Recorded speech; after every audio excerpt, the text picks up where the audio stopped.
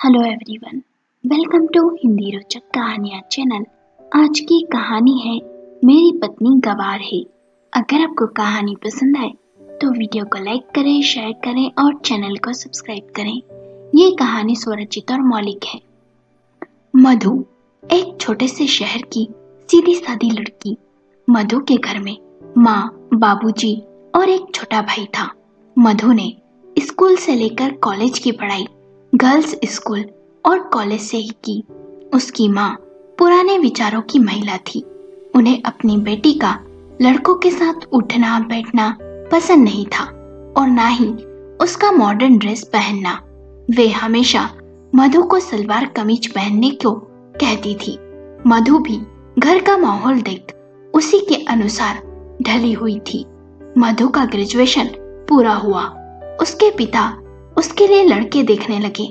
उसके पिता की चाह थी कि मधु की शादी बड़े और अच्छे घर में हो। मधु अपने किसी रिश्तेदार की शादी में गई थी। वहां उसे कमलकांत ने देखा। कमलकांत बहुत ही बड़े व्यापारी। उनके घर में बड़ा बेटा, उसकी पत्नी प्रीति, कमलकांत की पत्नी वंदिता और छोटा बेटा विशाल रहते थे। कमलकांत ने मधु को अपने छोटे बेटे विशाल के लिए पसंद कर लिया। उन्होंने अपने एक रिश्तेदार से मधु के माता पिता और परिवार के बारे में जानकारी निकाल ली। शादी में से लौटने के बाद कमलकांत ने मधु के पिता नरेश जी को फोन लगाया। दोनों ने आपस में बातें की और नरेश ने कमलकांत और उनके परिवार को अपने घर आमंत्रित किया। फोन रखने के बाद नरेश बहुत ही खुश था। कमलकांत का समाज में बड़ा ही नाम था। इस कारण नरेश भी उन्हें जानता था। खुशी से चहकते हुए अपनी पत्नी सुषमा और मधु को ये बात बताई। ये सुन सुषमा साफ सफाई और तैयारियों में लग गई। कमलकांत अपने परिवार सहित मधु को देखने आए। मधु सभी को बहुत अच्छी लगी। मधु और विशाल ने अकेले में बातें भी की। शादी की तारीख 1 महीने बाद की तय हो गई। कमलकांत और वंदिता अपने बेटे के लिए एक संस्कारी और सुलझी लड़की चाहते थे। उन्हें दहेज और हैसियत से मतलब नहीं था, इसलिए वे इस रिश्ते से बेहद ही संतुष्ट और खुश थे। इस 1 महीने विशाल और मधु के बीच बहुत बातें हुई और उन बातों से विशाल को मधु बेहद घरेलू और शर्मीली किस्म की लड़की लगी। उसे मधु से शादी तोड़ने के विचार मन में आने लगे, पर अपने पिता के सामने उसे कहने में डर लगता था और शादी की सभी तैयारियां हो चुकी थी, इसलिए कैसे कहे, इसी कश्मकश में था। इस कारण उसने ये बात अपनी माँ वंदिता से कही, पर वंदिता ने समझाया कि मधु बहुत ही अच्छी लड़की है और अब किसी भी तरह ये शादी नहीं रोकी जा सकती। यदि ऐसा किया गया तो तुम्हारे पापा और उस लड़की के परिवार की इज्जत खराब होगी और बदनामी होगी वो अलग। ये सुन विशाल मन महसूस कर रह गया। विशाल और मधु की धूमधाम से शादी हो गई। मधु शादी कर विशाल के घर आ गई। वंदिता ने छोटी बहू का बहुत अच्छे से स्वागत किया। सुहाग रात के दिन विशाल थोड़ा बेरुखी से पेश आया, पर मधु को पति का प्यार जरूर दिया। अगले दिन मधु नहाकर तैयार हुई, साड़ी पहन सर ढक अपने कमरे से बाहर आई और आते ही अपनी सास वंदिता जी के पैर छूने के लिए झुकी। वंदिता ने मधु का हाथ पकड़ा और बोली, पैर छूना अच्छी बात है, पर दिल में इज्जत होनी चाहिए, वही बहुत है, इसलिए इसकी कोई जरूरत नहीं बेटी। और ये पल्लू सिर पर क्यों रखा हुआ है, इसकी कोई जरूरत नहीं। ये सुन मधु ने सिर पर रखा हुआ पल्लू हटा लिया। कुछ देर में डाइनिंग टेबल पर नाश्ता लग गया। सभी वहां आकर बैठ गए। मधु ने अपनी जेठानी को अपने ससुर के पास बैठे देखा तो हैरान हो गई, क्योंकि उसके घर में ऐसा नहीं होता था। उसकी मम्मी ससुर और जेठ के साथ बराबरी से नहीं बैठती थी। पहले तो वह झिझकी, फिर वंदिता के कहने पर एक कुर्सी पर बैठ गई। विशाल भी आकर बैठ गया। मधु ने देखा नाश्ते में फल, ब्रेड, ऑमलेट, जूस है। शायद ये लोग यही खाते होंगे। उसके यहाँ तो पराठा, सैंडविच, इडली इस तरह का नाश्ता बनता है। तब कमलकांत ने कहा, बेटी मधु नाश्ता करो। तो मधु ने कमलकांत से कहा, जी मैं अंडा नहीं खाती। तो वंदिता ने कहा, तो तुम क्या खाओगी बहू? बनवारी काका को बता दो तो वो बना देंगे। मधु ने कहा, मम्मी जी मैं पराठा खाऊंगी। ये सुन विशाल ने अजीब नजरों से मधु को देखा और सोचा यही इस मिडिल क्लास लड़की की सेहत का राज है। तभी कमलकांत ने बनवारी से कहा, ये क्या ब्रेड टोस्ट नहीं की? इन्हें टोस्ट कर दो। ये सुन मधु कुर्सी से उठी और ब्रेड की प्लेट ले रसोई में गई और टोस्ट कर ले आई। कमलकांत को ये देख खुशी हुई। विशाल ने कहा, बनवारी काका आज आपने ऑरेंज जूस बनाया, आज मुझे एप्पल शेक पीना था। ये सुन फिर मधु रसोई में जाने लगी। तो वंदिता ने कहा, बनवारी ले आएगा, पर मधु ने कहा, मम्मी जी मैं बना लाती हूँ। मधु एप्पल शेक ले आई। फिर बनवारी उसके लिए 2 गरम गरम पराठे ले आया। मधु बैठ पराठे खाने लगी कि मधु की जेठानी प्रीति ने कहा, इतना हेवी नाश्ता कौन करता है? मधु इतने नौकर घूम रहे हैं, किसी को भी आवाज दे देती, खुद क्यों दौड़ रही हो? प्रीति ने भौहें सिकोड़कर कहा। विशाल तो पहले ही मधु की मिडिल क्लास सोच से चिढ़ा हुआ था और आज मधु को बार बार उठकर नौकरानी की तरह भागते देख मन गुस्से से भर गया। इसलिए बोल पड़ा, अपने घर में नौकर चाकर तो देखे नहीं होंगे, नौकरों से काम लेना आए तभी ना भाभी से। ये सुन मधु को बुरा लगा। उसे याद आया माँ ने समझाया था, घर में कितने भी नौकर हो, अपने परिवार वालों का ध्यान रखने से प्यार बढ़ता है, बड़ों का सम्मान होता है। विशाल का ताना सुनकर मधु की आंखों में आंसू आ गए। उसे पता ही नहीं चला कि उसने क्या खाया। सब लोग उठे तो वह भी धीरे से उठकर कमरे में चली गई। मधु की शादी को 2 हफ्ते हो गए थे, पर जब भी कमलकांत और वंदिता विशाल को हनीमून पर जाने को कहते तो वो टाल जाता। मधु से ज्यादा बात नहीं करता, चिड़ा चिड़ा घूमता। विशाल मन ही मन सोचता, कहाँ उसकी भाभी प्रीति कैसी बन ठन मॉडर्न रहती है, सहेलियों संग घूमती फिरती है, और कहाँ ये गवार मधु भी विशाल की बेरुखी देख रही थी और उसे देख उसका मन दुख जाता था। एक दिन मधु को पता चला बनवारी से कि विशाल के कुछ दोस्त घर आने वाले हैं, तो मधु ने रसोई में जाकर कचौरियां बनाई, गाजर का हलवा बना दिया और थेपले चटनी भी। मधु सब बनाकर अपने कमरे में चली गई। कुछ देर बाद विशाल भी आ गया और तैयार हो गया। कुछ देर बाद उसके दोस्त आ गए। तभी विशाल के एक दोस्त ने कहा, भाभी जी कहाँ हैं? हम उनसे ही तो मिलने आए हैं, बुलाना उन्हें। तभी बनवारी ने मधु को जाकर कहा, बिटिया विशाल भैया बुला रहे हैं। तो मधु जाकर ड्राइंग रूम में बैठ गई और उसने सबको नमस्ते किया। सब बातों में व्यस्त थे, पर मधु चुप ही बैठी रही। तो विशाल के दोस्त ने कहा, भाभी जी हम तो सोच कर आए थे आपसे बातें करेंगे, पर आप तो चुपचाप सी बैठी हैं। तभी दूसरे दोस्त ने कहा, अरे विशाल भाभी तो बिल्कुल छुई मुई है। अरे भाभी नई नई आई है, समय लगेगा खुलने में। तभी तीसरे दोस्त ने कहा, बनवारी नाश्ता टेबल पर रख चला गया। सभी ने नाश्ते की बहुत तारीफ की। फिर सभी को पता चला कि यह सब मधु ने बनाया, तो वे सब और भी तारीफ करने लगे। पर विशाल और चिढ़ गया और बोला, इन्हें चूल्हे चौके के सिवा और आता ही क्या है, ये ही काम ये अच्छा करती है बस। अच्छा भाभी जी आपको इसके सिवा और कुछ नहीं आता? कहते हुए सभी दोस्त हंसने लगे। तो मधु को बहुत गुस्सा आया, पर मधु मौन ही रही। कुछ देर बाद विशाल गुस्से में ड्राइंग रूम में बैठा था। तभी वहां वंदिता भी आकर बैठ गई और बोली, कैसी रही पार्टी? मधु ने बहुत अच्छा नाश्ता बनाया था। यह सुन विशाल ने कहा, मम्मी उसे बस यही आता है, मेरी नाक कटवा दी उसने, ना पहनने ओढ़ने का ढंग है और ना ही बोलने का। चुप ही बैठी रही आपकी बहू। कितने अच्छे अच्छे रिश्ते आए मेरे लिए, पर पापा को पता नहीं मधु में क्या दिखा।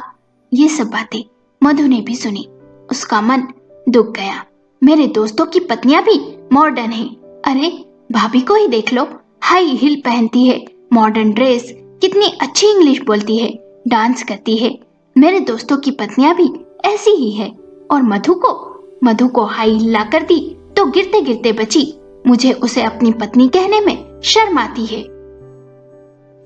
वंदिता ने विशाल को समझाते हुए कहा, बेटा, वे लड़कियां फराटेदार इंग्लिश बोल लेती होंगी, बढ़िया डांस भी कर लेती होंगी, पर घर गृहस्थी के काम में शायद ही उन्हें कुछ आता हो। इंग्लिश बोल लेना, डांस कर लेना थोड़े दिनों की चकाचौंध है बस। बाद में घर गृहस्थी ही काम आती है। तुम्हारी भाभी को ही ले लो, उसे कहाँ घर के कामों में दिलचस्पी है। पार्टी, सहेलियां, यही सब उसे अच्छा लगता है। मधु सुंदर है, पढ़ी लिखी है, घरेलू वातावरण में पली बड़ी है, मॉडर्न तरीके सीख जाएगी।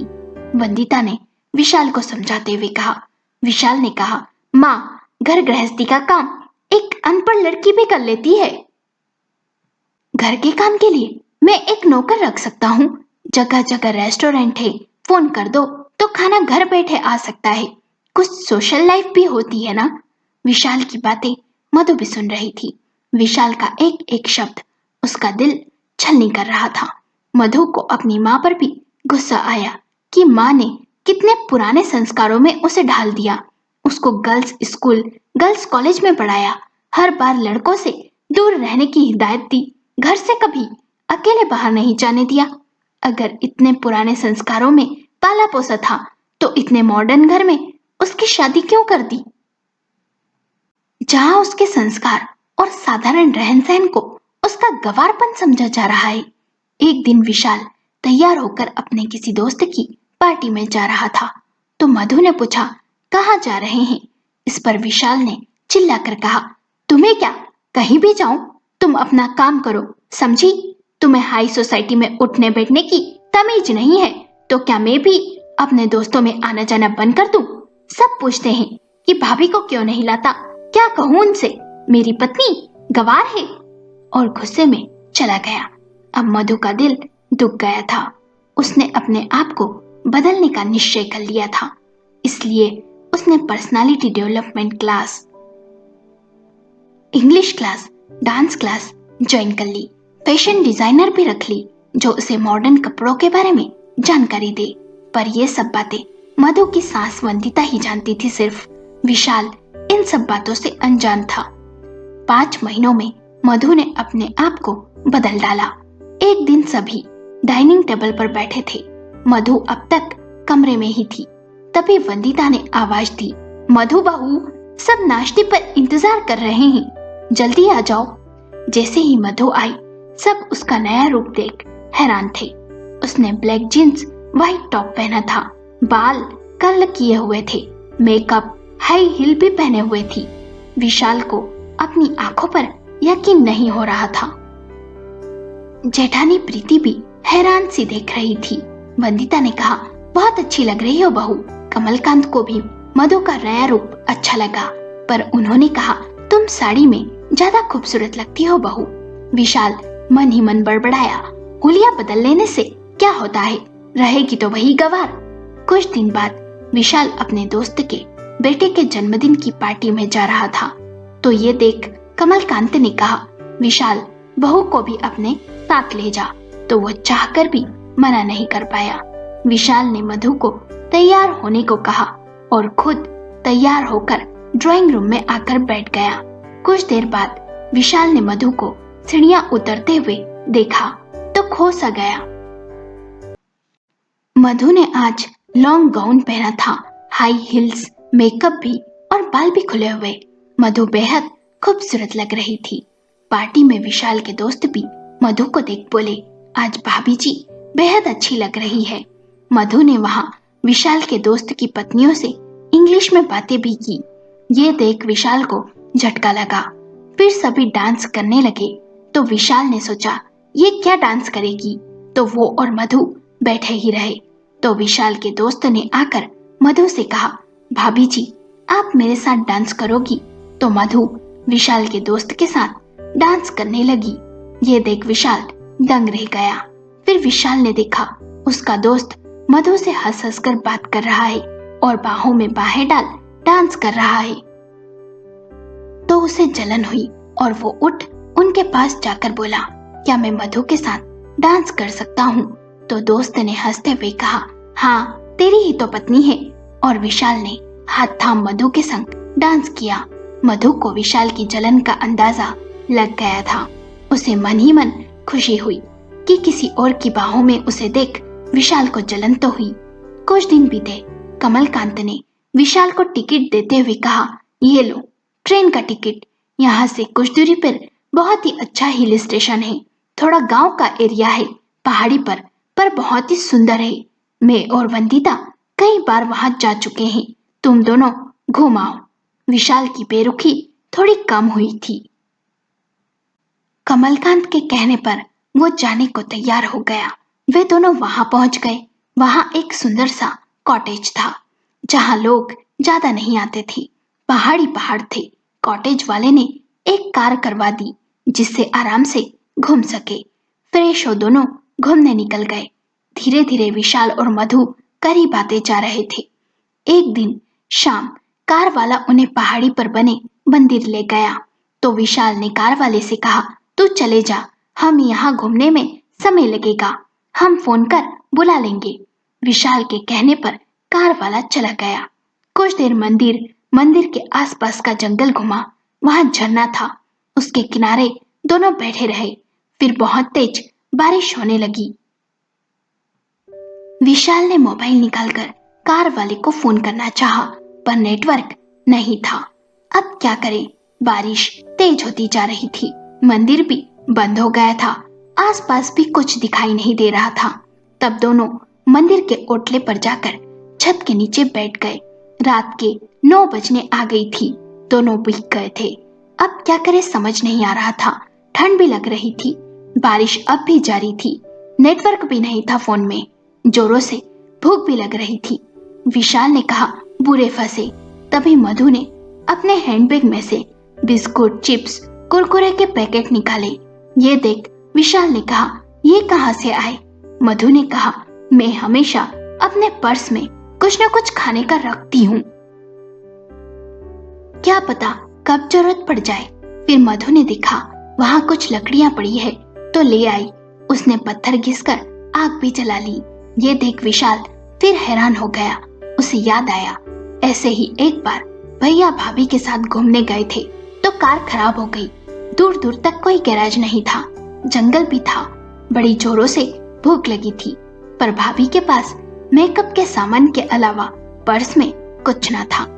भाभी को तो ये भी पता नहीं होगा कि इस तरह आग भी जला सकते हैं।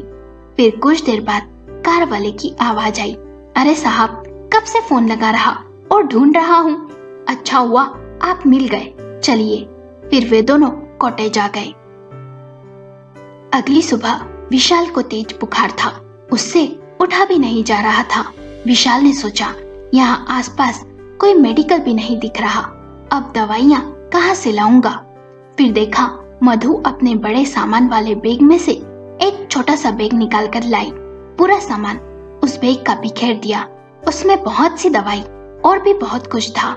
विशाल उसे हैरान सा देख रहा था तो मधु ने कहा, हैरान मत हो, हम मिडिल क्लास लोग अपने बैग में पूरी गृहस्थी लेकर चलते हैं।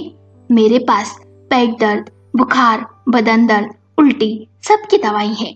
ये सुन विशाल शर्मिंदा हुआ। उसे याद आया एक बार वो अपने दोस्तों के साथ गोवा गया था। उसके एक दोस्त की पत्नी भी उसके साथ गई थी। 2 दिन घूमे। फिर उसकी दोस्त की पत्नी के पेट में दर्द होने लगा। उसे स्टोन प्रॉब्लम थी। वो दवाई लाना भूल गई थी। उस दवाई के लिए भटके थे पूरे गोवा में। तब उसके दोस्त ने कहा था, मेरी पत्नी को मेकअप का सामान याद रहता है, पर दवाई याद नहीं रहती। मधु ने देखा नाश्ते में ज्यादा तेल मसाले का नाश्ता है, तो उसने खुद रसोई में जाकर सूप, दलिया बनाया। फिर ठंडे पानी की पट्टियां भी रखी। शाम को खुद ने खिचड़ी भी बनाई, सर भी दबाया। ये सब देख विशाल सोचने लगा, मम्मी ने सही कहा था, घर गृहस्थी के काम लड़की को आना चाहिए, वही पूरी जिंदगी काम आते हैं। भाभी को मैंने कभी भी ये सब करते नहीं देखा। भैया की तबीयत खराब होने पर भी भाभी ने कभी उनके इस तरह सेवा नहीं की। हमेशा नौकरों पर निर्भर रही वे। मधु सच में बहुत अच्छी है। मैं उसे यूं ही गवार कहता रहा। मॉडर्न होने, डांस, इंग्लिश आने से कुछ नहीं होता। दिल साफ होना चाहिए। विशाल अपने मन ही मन पछता रहा था। 2 दिन मधु ने विशाल की मन से सेवा की। विशाल पहले से ठीक महसूस कर रहा था। मधु विशाल के लिए सूप ले आई और पिलाने लगी तो विशाल ने मधु का हाथ पकड़ कहा, सॉरी मधु, मैंने तुम्हें गवार, अनपढ़, ना जाने क्या क्या कहा। हमेशा तुम्हारा दिल दुखाया, पर आज मुझे तुम्हारी अहमियत समझ आ गई। मुझे माफ कर दो। मधु ने कहा, सॉरी कहने की कोई जरूरत नहीं। विशाल ने मधु को गले से लगा लिया। आज मधु को अपने पति का सच्चा प्यार मिल गया था। मधु और विशाल घर लौट आए। वंदिता दोनों को साथ देख खुश थी। विशाल मधु जैसी जीवन संगिनी पाकर खुश था। अब वो मधु को ना तो ताने मारता था और ना ही मॉडर्न बनने को कहता था। उसे मधु जैसी थी वैसी पसंद थी। दोस्तों, आपको कहानी कैसी लगी? हमें अपने विचार कमेंट करके बताएं। कहानी पसंद आई हो तो लाइक करें, शेयर करें और चैनल को सब्सक्राइब करें।